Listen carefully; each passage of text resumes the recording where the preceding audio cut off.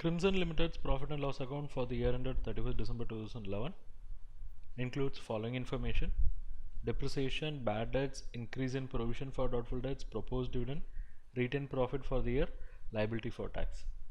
State which one of the items 1 to 6 above are transferred to provisions, transferred to reserve, neither related to provision nor reserve. So if you take item number 1, depreciation, it's basically a provision. So we can mark it here.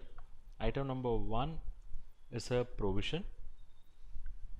Then bad debts written off is neither a provision nor a reserve. So we can mark that over here.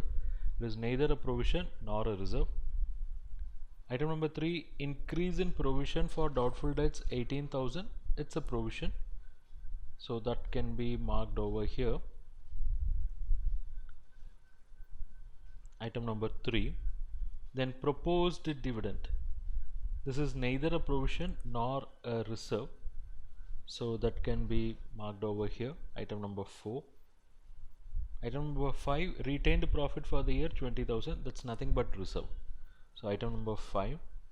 Item number 6, liability for tax 4,000. This is nothing but a provision for tax. So item number 6. So item number 1, 3 and 6 comes under provision. Item number 5 comes under reserve. Item number 2, that is bad debts written off, and item number 4, proposed dividend, that comes under neither.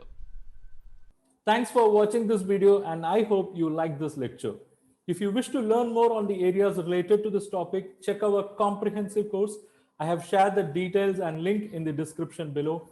Click, sign up and enroll. I'll see you inside the course.